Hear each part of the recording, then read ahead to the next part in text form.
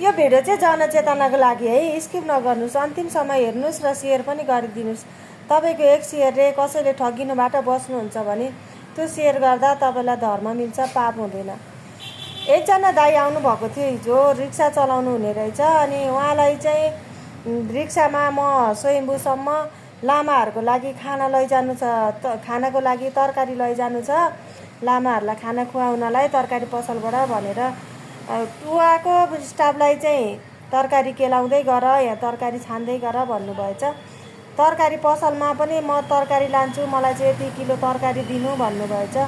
अनि त्यो रिक्सावाला दाइलाई चाहिँ त्यो फुल पसलमा पनि गएर फुल किन्नु छ, तपाईँ र म चाहिँ त्यहाँ जाउँ है फुल किन्न भन्नुभएछ। बिचरा त्यो रिक्सावाला दाइ सोझो सिधा अनि जानुभएछ, सँगसँगै फुल पसलमा गएर फुलमा 4-5वटा बुकिङ पनि गर्न लाउनु भएछ। 4-5वटा बुक हुन्छ नि, त्यो बुकी त्यो प्याकिङ गरिदेऊ भन्नुभएछ। बिचरा त्यो पसलको बहिनीहरू फुल चाहिँ मिलाएर प्याकिङ गर्दै रहेछन्, बाँध्दै रहेछन्।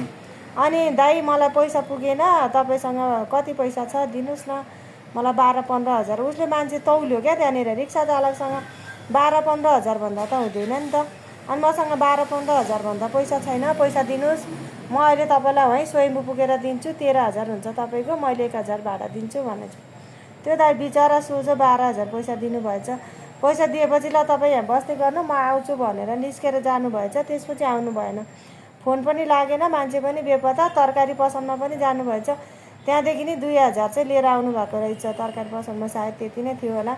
रिक्सा चालकलाई 13 हजार 12 हजार, अनि त्यो तरकारी पसलमा 2 हजार प्लस फुलमा चाहिँ अब पैसा दिए नदिए थाहा भएन। यस्ता स्क्यामहरू धेरै भइरहेको छ, धेरै गुनासो आइरहेको छ।